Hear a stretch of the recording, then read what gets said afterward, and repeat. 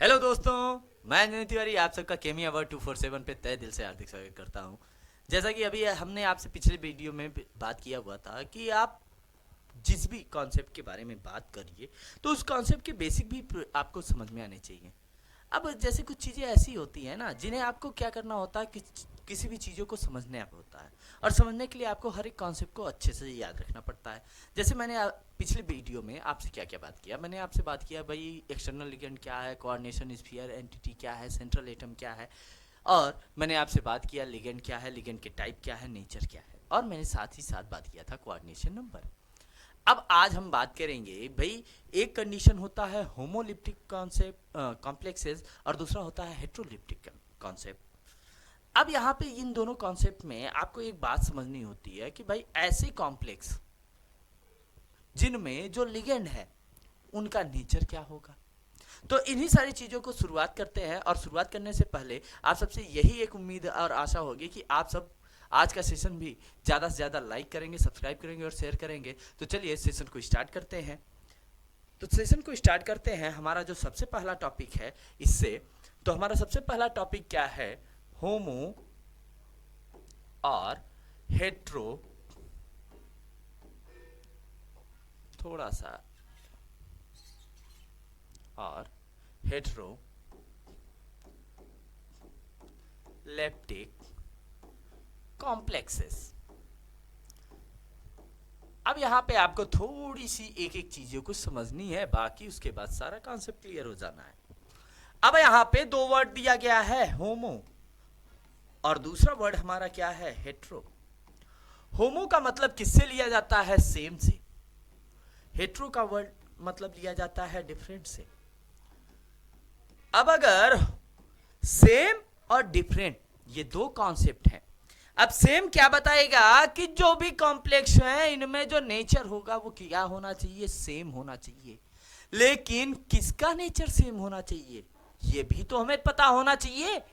तो याद रखिएगा, होमो यानी सेम और हेट्रो यानी डिफरेंट।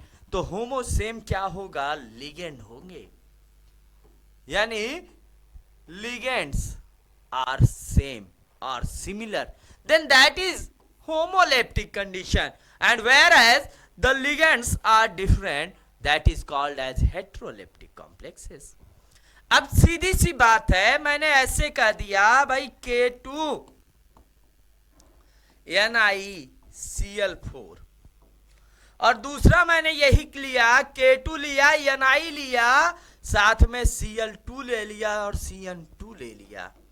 अब बताइए यहां पे क्या हुआ, यहां पे जो लिगेंड था एक ही टाइप का लिगेंड था ना, और वो लिगेंड क्या था, Cl। लेकिन यहां पे दो लिगेंड हो गए, एक लिगेंड हमारा क्या हो गया, Cl, और दूसरा लिगेंड हमारा क्या हो गया, Cn, क्लोराइड और साइनाइड। अब भाई अगर एक ही जैसा है तो मैंने क्या कहा कि ये किसको रिप्रेजेंट करेगा, होमो को। अगर डिफरेंट टाइप क्या होगा तो ये किसको रिप्रेजेंट करेगा, हेट्रो को। तो आपको ये एक बात ये याद रखनी है कि जब भी आप कॉम्प्लेक्स की बात कर रहे हो, कॉम्प्लेक्स कंपाउंड की बात कर रहे हो, तो यहां पे आपको देखना है कि जो लिगेंड है, लिगेंड के नंबर क्या है और लिगेंड का नेचर क्या है। अगर लिगेंड एक ही टाइप के हैं तो उन्हें हम लोग किसमें समझते हैं, होमोलेप्टिक कॉम्प्लेक्स में। अगर लिगेंड जो है वो डिफरेंट टाइप्स के हैं उन्हें हम किसमें समझते हैं, हेट्रोलेप्टिक कॉम्प्लेक्सेस में। ये बात क्लियर हो गई। अब जैसे ही आप ये कॉन्सेप्ट क्लियर कर लेते हैं, वैसे ही आपको एक बात यहां पे समझना होता है कि होमो एंड हेट्रो, इन दोनों का कॉन्सेप्ट कहां से वेरी कर रहा है। तो सिंपल सी बात है कि अगर एक ही कंडीशन को रिप्रेजेंट हो, या एक ही कंडीशन को रिप्रेजेंट किया जा रहा है तो होमो की बात होगी, और अगर एक से अधिक कंडीशन रिप्रेजेंट किया जाए तो उसे क्या कहेंगे, हेट्रोलेप्टिक। अब बात करते हैं बेटा, नेक्स्ट हमारा जो पॉइंट होता है ऑक्सीडेशन नंबर। अब ये जरूर याद रखना और इसे निकालने का तरीका याद रखना है। अब ऑक्सीडेशन नंबर आपको क्या ध्यान देना है कि ऑक्सीडेशन नंबर में हमेशा आपको एक बात यह ध्यान रखनी है कि ऑक्सीडेशन नंबर किसका निकालते हैं, सेंट्रल एटम का। तो ध्यान देना है ऑक्सीडेशन नंबर किसके लिए है, सेंट्रल एटम। अब सेंट्रल एटम के लिए ऑक्सीडेशन नंबर क्या कहेगा कि द वैलेंसिंग नेचर, सिंपल सी बात है भाई, the valencing nature of central atom, of central atom, जो सेंट्रल एटम है इसका जो बैलेंसिंग नेचर है, इसी बैलेंसिंग नेचर को हम लोग किस में समझते हैं, ऑक्सीडेशन नंबर में समझते हैं। अब ऑक्सीडेशन नंबर को कैसे निकाला जा सकता है, कैसे समझा जा सकता है, तो ऑक्सीडेशन नंबर को समझने के लिए आपको दो कॉन्सेप्ट याद रखने होंगे। एक कॉन्सेप्ट आपको याद रखना है फॉर्मुलेशन मेथड, और दूसरा आपको एक सिंपल मैं ट्रिक बताऊंगा, उससे आपको क्लियर हो जाएगा। अब अगर हम बात करें फॉर्मुलेशन मेथड, तो फॉर्मुलेशन मेथड में आपने हमेशा से पढ़ा हुआ है कि भाई ऑक्सीडेशन नंबर आप कैसे निकालते हो। जिसका ऑक्सीडेशन नंबर निकालना है उसकी वैल्यू क्या ले लेंगे, एक्स ले लेंगे, प्लस जो लिगेंड होगा उसकी हम क्या लिखेंगे, वैलेंसी, लिगेंड्स वैलेंसी। अब भाई अगर बाहर कोई चार्ज नहीं है तो जीरो, बाहर अगर चार्ज ना हो तो जीरो। अगर बाहर कैसा चार्ज है, पॉजिटिव चार्ज, कैसा चार्ज है, पॉजिटिव, तो सिंपल सा कॉन्सेप्ट यही रहेगा, एक्स लिगेंड्स वैलेंसी, और अगर प्लस चार्ज है तो यहां प्लस ही लिखेंगे, और जितने रहे भाई सीधी सी बात है, जितने प्लस आप मेंशन करोगे प्लस एन लिख दो आप। ऐसे ही अगर निगेटिव चार्ज है तब आपको क्या करना है, similar concept, x plus ligands valency, और यहां पे चार्ज क्या होगा, माइनस एन। अब इस कॉन्सेप्ट को आपको यूज करना होता है, जिसे हम लोग किस में समझते हैं, फॉर्मुलेशन मेथड में। अब फॉर्मुलेशन मेथड में आपको सिंपल से एक एक कॉन्सेप्ट में ये समझना होता है। ये बात क्लियर हो गई। तो अब अगर इसी चीज को हम लोग फाइंड करें कि भाई ऑक्सीडेशन वैल्यू को कैसे निकाल सकते हो आप, तो इसको निकालने के लिए आपको ध्यान देना होगा कि भाई जैसे मान लेते हैं हमने ले लिया K3FeCN6, ये हो गया। अब हमें क्या करना है, इसे X मानना है, ये लिगेंड है, यहां पे लिगेंड क्या है, -1 × 6, ये प्लस। अब बाहर की कितने हैं भाई, बाहर क्या है, 3 है, लिख लो। लेकिन अब यहां पे जैसे ही ये 3 की कंडीशन आई तो ये बताओ, अब यहां से थोड़ा सा इसे इरेज करते हैं,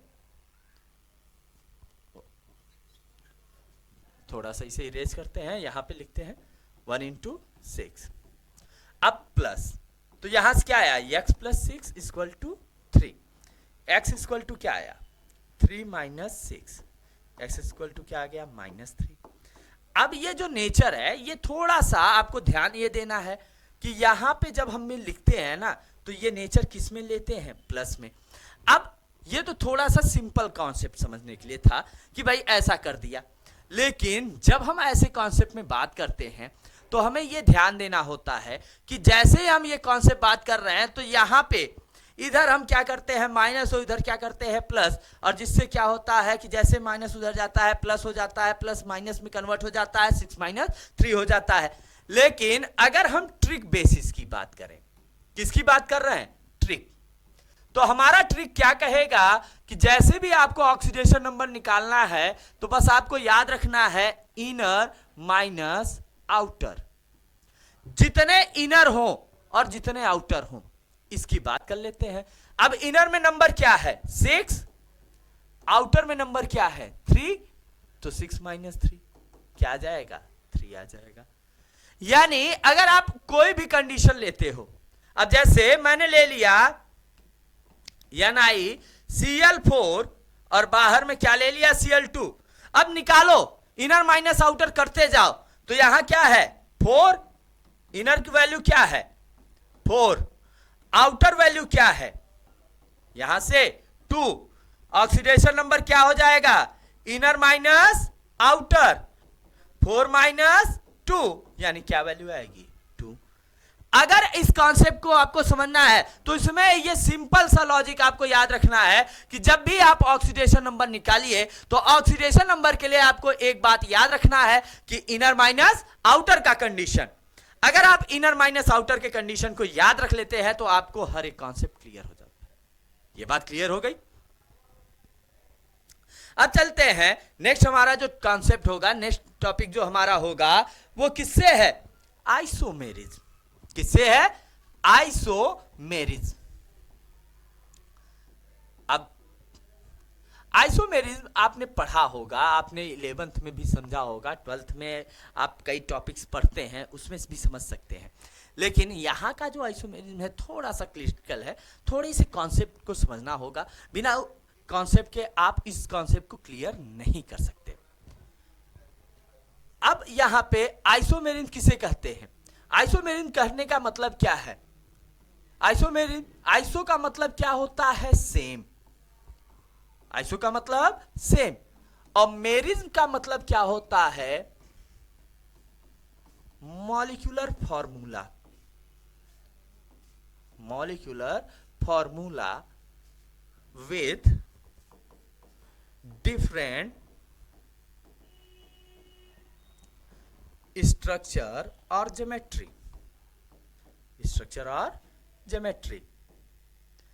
अब कहा ये कि भाई जो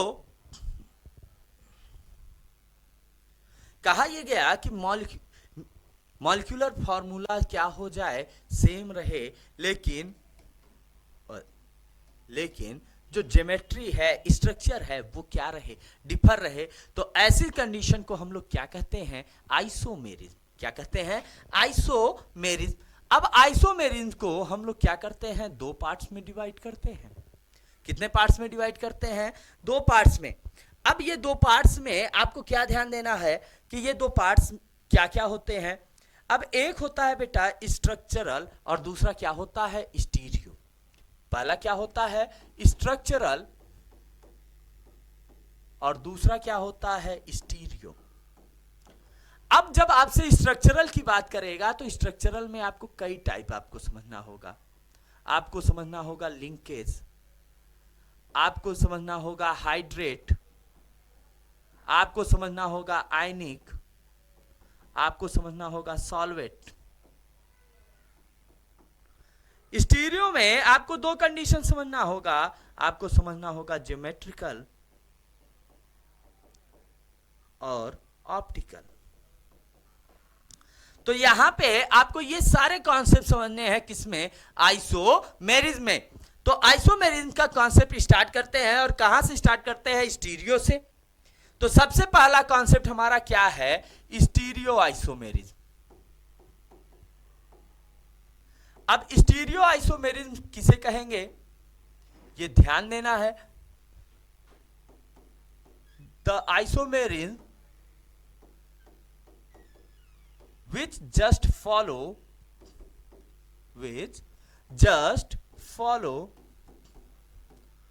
same molecular formula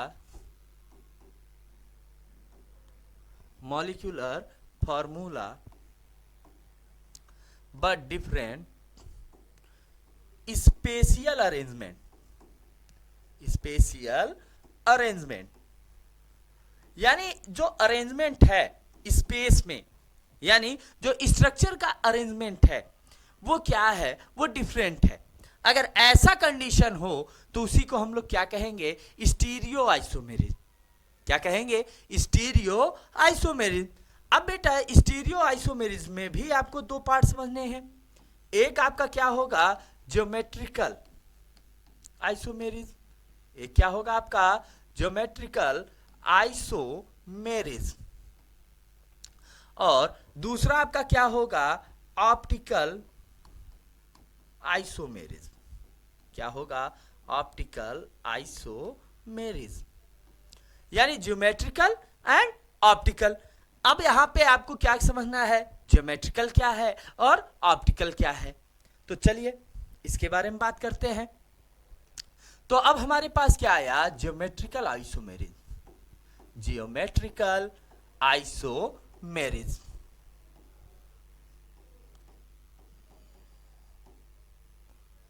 अब ज्योमेट्रिकल आइसोमेरिज्म में क्या कहा जाता है कि that isomerism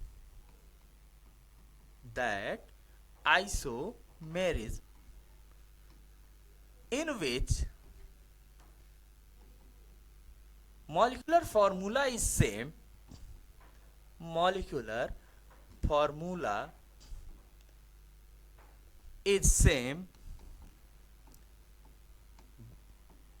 but different geometry. लेकिन डिफरेंट क्या है? ज्योमेट्री है।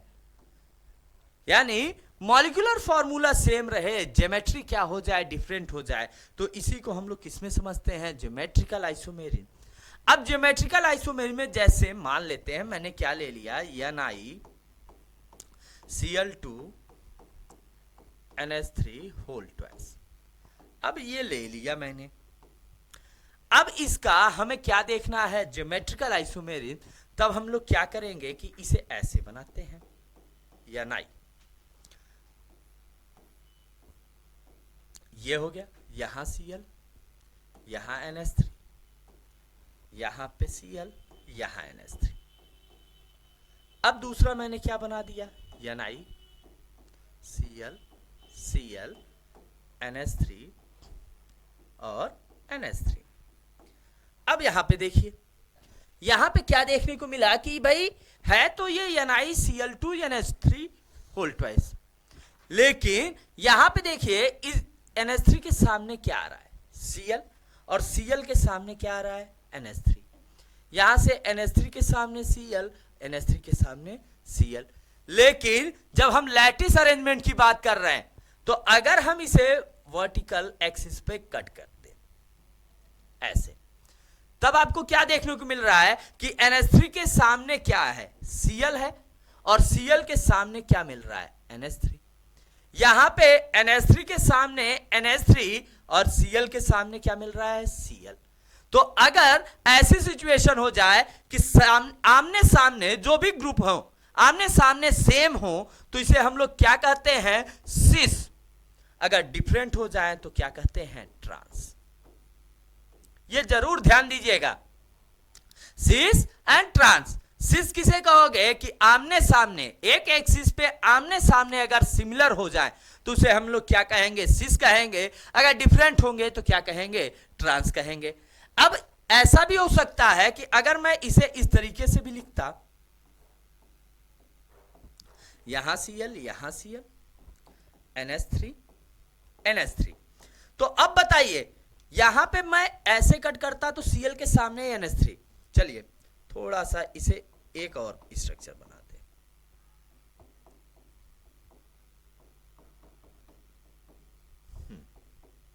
अब बताइए, अब मैंने क्या किया? इस प्लेन में अगर काट दिया एक्स एक्सिस, तब देखिए, तब भी ये हो रहा है कि Cl के सामने Cl, NH3 के सामने NH3। लेकिन यहां Cl के सामने क्या है? NH3, और NH3 के सामने क्या है? Cl। तो ऐसे सिचुएशन में भी अगर आमने सामने वाला जो मिल जाए उसे हम लोग क्या कहेंगे? सिस कहेंगे। जो आमने सामने ना हो उसे हम लोग क्या कहेंगे? ट्रांस कहेंगे। तो ये बात समझ में आ गई कि सिस एंड ट्रांस। सिस किसे कहोगे कि आमने सामने सिमिलर, आमने सामने एक जैसे हो जाए तो उसे हम लोग कौन सा स्ट्रक्चर कहते हैं? सिस कहते हैं। अगर अपोजिट हो जाए तो उसे क्या कहते हैं? ट्रांस कहते हैं। ये बात क्लियर हो गई। तो ये कॉन्सेप्ट था किसका? ज्योमेट्रिकल का। अब जब हम बात करते हैं ऑप्टिकल आइसोमेरिज्म, किसकी बात करते हैं? Optical isomerism. अब नाम ही है ऑप्टिकल। ऑप्टिकल जब कहा जाए तो ऑप्टिकल वर्ड किससे लिया गया है? ऑप्टिक्स से। किससे लिया गया है ऑप्टिकल? ऑप्टिक्स। और ऑप्टिक्स का मतलब क्या होता है? लाइट। क्या होता है? लाइट। क्या होता है? लाइट। अब लाइट की वजह से क्या कॉज हो जाए? डाइवर्जन इन स्ट्रक्चर या डिफरेंशिएशन इन स्ट्रक्चर। यानी अगर लाइट क्या कॉज करा दे? Light causes differentiation in structure, differentiation in structure that is optical isomerism. Optical isomerism. अब मैंने क्या कहा, यह कहा कि लाइट की वजह से अगर स्ट्रक्चर में डिफरेंशिएशन हो जाए, स्ट्रक्चर बदल जाए, तो उसी को हम लोग क्या कहेंगे, ऑप्टिकल आइसोमेरिज्म कहेंगे। अब इस चीज को कैसे समझना है, अब इस चीज को समझते हैं कि भाई अगर कोई कंपाउंड है, चलिए ऐसे थोड़ा सा यहां Cl H Br, यहां या OH लिख लीजिए, यहां H OH CH3। अब मैंने क्या किया, यहां Br, यहां OH OH H Cl CH3। अब इस सिचुएशन में देखिए, इस ग्रुप से, इस कार्बन से यहां, अब ये किधर है, राइट साइड, और ये किधर है, लेफ्ट साइड।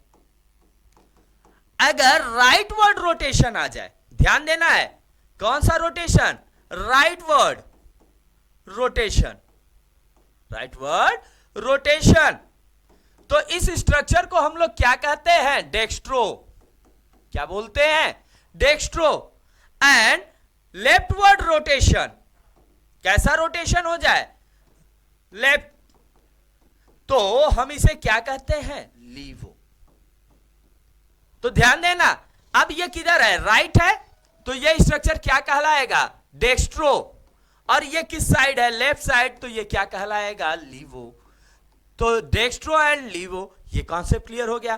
तो जो ऑप्टिकल आइसोमेरिज्म है, इस ऑप्टिकल आइसोमेरिज्म का जो मेन कॉन्सेप्ट है कि कोई भी स्ट्रक्चर है वो लाइट के प्रेजेंस में कैसे बिहेव करता है।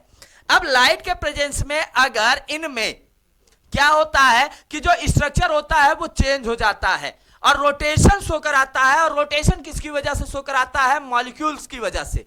तो ये जो मॉलिक्यूल्स का जो रोटेशन है, ये अगर राइट साइड रोटेशन शो कराए तो हम लोग क्या कहेंगे, डेक्स्ट्रो कहेंगे। क्या कहेंगे, डेक्स्ट्रो। अगर यही लेफ्ट साइड रोटेशन शो कराने लगे तो हम लोग क्या कहेंगे, लीवो कहेंगे। अब इस चीज को कैसे समझेंगे, अब लीवो और डेक्स्ट्रो के लिए आपको बस सिंपल सा एक कॉन्सेप्ट ऐसे याद रखना है, जैसे ये कोई मॉलिक्यूल है, ठीक है। अब इस मॉलिक्यूल में मैंने लाइट पास कराया, इधर से क्या आ रही है, लाइट आ रही है। अगर ये मॉलिक्यूल इस डायरेक्शन में टर्न हो गए, ऐसे एक कंडीशन, दूसरी कंडीशन ये मॉलिक्यूल इस डायरेक्शन में टर्न हो गए, लाइट एक ही डायरेक्शन से पास कराई जा रही है। अब अगर ये डायरेक्शन देखा जाए तो यहां से अपने ओरिजिन से, इनकी ओरिजिन से ये किधर आ रहा है, इस साइड, यानी राइट साइड में ये अपनी ओरिजिन से आने लगे। अगर ऐसा सिचुएशन है तो इसे हम लोग क्या कहेंगे, डेक्स्ट्रो कहेंगे। अब यहां से देखें तो ये अपने ओरिजिन से किधर आने लगे, लेफ्ट साइड, तो इन्हें हम क्या कहेंगे, लीवो कहेंगे। ये बात क्लियर हो गई। तो डेक्स्ट्रो एंड लीवो का कॉन्सेप्ट आपको क्या हो जाना चाहिए, क्लियर हो जाना चाहिए। तो अभी तक हमने आप सबसे क्या आज के कॉन्सेप्ट में बात कर लिया, आज हम लोगों ने बात कर लिया ऑक्सीडेशन नंबर, और साथ ही साथ हम लोगों ने बात कर लिया होमोलेप्टिक एंड हेट्रोलेप्टिक कॉम्प्लेक्सेस के बारे में, साथ ही हमने बात कर लिया आइसोमेरिज्म का स्टीरियो कॉन्सेप्ट। अब बचा है हमारा स्ट्रक्चरल आइसोमेरिज्म, जिसकी बात करेंगे हम नेक्स्ट वीडियो में। इसी उम्मीद और आशा के साथ कि आप सबको आज का भी वीडियो पसंद आया होगा। तो चलिए मिलते हैं नेक्स्ट वीडियो में, तब तक के लिए धन्यवाद। जय हिंद, जय भारत।